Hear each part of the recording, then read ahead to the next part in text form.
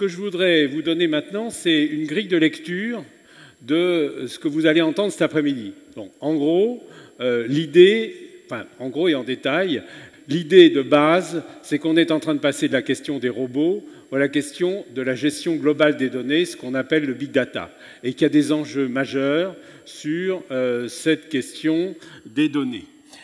Vous allez voir, vous l'avez vu déjà, l'agriculture est aussi concernée par la robotisation.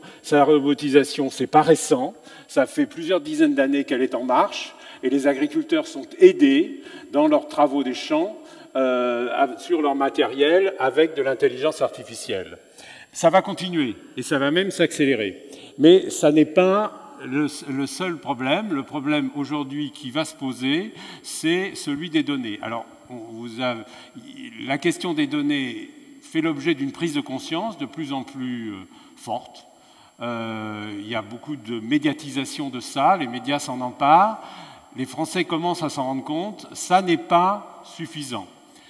Il faut vraiment accélérer les investissements dans ce domaine, et je vais expliquer pourquoi. Alors Monsanto, quand on parle de Monsanto en France, c'est comme si on parlait du diable. Bien, sauf que Monsanto, il a payé 1 milliard de dollars pour acheter une entreprise qui maîtrise les données climatiques et surtout qui dispose d'informaticiens et de mathématiciens pour traiter les données climatiques et agronomiques au service des agriculteurs. Si Monsanto, qui s'occupe de biotechnologie, a fait ça, c'est qu'il y a un enjeu et qu'ils savent que c'est plus suffisant de ne faire que vendre des semences et des produits chimiques. Une grande coopérative américaine, une des plus grandes coopératives américaines, a acheté carrément une entreprise d'origine française, et ça c'est très important, c'est une prise de conscience qu'il faut aussi avoir, Geosys, et il l'a acheté pour faire du conseil aux agriculteurs. Qu'est-ce qu'on achète? On achète de la compétence, c'est-à-dire des gens qui sont capables de traiter des données. Et puis, plus récemment, nous l'entendrons dans la deuxième conférence, un des grands groupes français de coopératifs, InVivo, vient de lancer en 2014 une équipe, je pense que c'est environ 180 personnes, mais le représentant d'InVivo nous en dira plus tout à l'heure, qui a pour objectif, en France, justement, à Montpellier, de développer ses compétences au service de l'agriculture.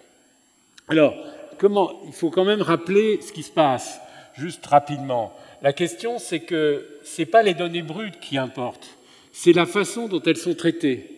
Il faut corréler des données d'origine diverses, agricoles, industrielles, climatiques, les normes des pouvoirs publics, etc., les attentes des consommateurs, et il faut surtout avoir des capacités de les modéliser pour en faire de l'aide à la décision. Bon, alors qu'est-ce qui se passe?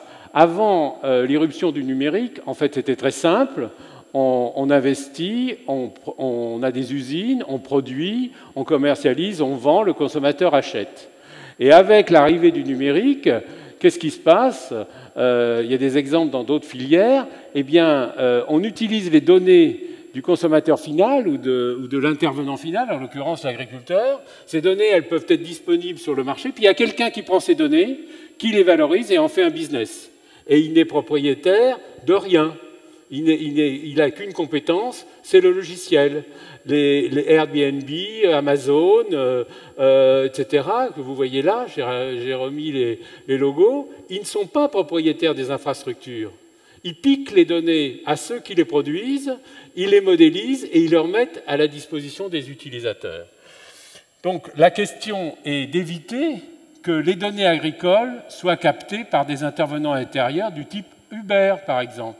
Uber, ce n'est pas le diable, mais ça veut dire que c'est quelqu'un qui n'est pas du milieu, qui a pris les données et qui en a fait un business, une activité de valorisation économique. Tant mieux pour lui, mais ce n'est pas une émanation du monde agricole, enfin du monde, en l'occurrence, des transports. Donc nous avons fait, dans le cercle de prospective, les documents, je crois, vous ont été distribués ou vous seront distribués, une prospective sur ces questions-là. Et la recommandation principale, c'est de dire si on veut que les choses restent, les données et leur valorisation restent du domaine de la maîtrise du monde agricole, il faut que ce monde agricole, il investisse, il se mobilise pour maîtriser ce numérique. Et ce numérique, il va servir à quoi? Il va servir à avoir une agriculture de précision plus environnementale, il va servir à avoir de la traçabilité pour répondre aux attentes de la société, et il va servir pour alléger le travail des agriculteurs. Pour cela, une des recommandations, c'est que les acteurs du monde agricole contractualisent avec les agriculteurs en s'engageant à n'utiliser leurs données qu'au bénéfice d'eux-mêmes, qu'au bénéfice des agriculteurs eux-mêmes. Alors, ce n'est pas un hasard si nous disons ça. Il y a une référence, il y a une grande référence d'un engagement contractuel volontaire, qui n'est pas une loi d'État, hein, aux États-Unis, entre les différents acteurs, dans ce sens. Hein. Et il faut donc que ces données, elles servent aux agriculteurs eux-mêmes. Les retombées positives, comme je le disais, c'est non seulement les questions environnementales, les questions de réponse aux attentes des consommateurs, l'allègement du travail, mais aussi, moi j'insiste sur cet aspect-là, le premier de ce transparent, c'est de dire que c'est la modernité de l'agriculture. Hein, c'est une des voies de modernisation de l'agriculture.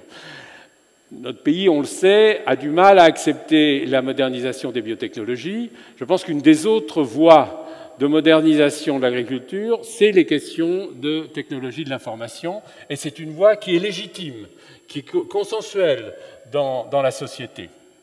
Voilà. Sauf que pour ceux qui travaillent au service de l'agriculteur, les métiers changent. Les activités de conseil, en particulier le technicien agricole qui va voir directement les agriculteurs, eh ben, il n'a plus le même rôle. C'est la même chose que l'exemple qu'on donnait à l'instant. Il va falloir qu'il change de métier. Hein. Et en revanche, pour les intervenants, il y a des coûts importants. SMAG, en l'occurrence InVivo, dépense des sommes importantes. Essentiellement, d'ailleurs, ce n'est pas des gros équipements. C'est un peu d'équipement et surtout beaucoup de compétences. Donc des compétences, c'est des salaires, c'est des gens qu'on paye. Et comme on l'a vu ce matin, dans ces domaines, on manque de personnel. Donc voilà, donc l'idée, c'est un peu ce qu'on va entendre. On va entendre à la fois des gens qui sont dans la robotisation, qui commencent à utiliser les données, et puis des gens qui se posent la question de la façon dont ils peuvent utiliser, traiter et transformer des données en de l'aide à la décision. Donc le message, c'est ça, c'est regardez, vous allez voir comment chacun traite ça, et ayez conscience que le monde agricole n'a pas été encore envahi par les Google, les Amazon, les Microsoft, etc., mais qu'il a la possibilité aujourd'hui, en 2015, de se prendre par la main et de maîtriser lui-même son avenir numérique.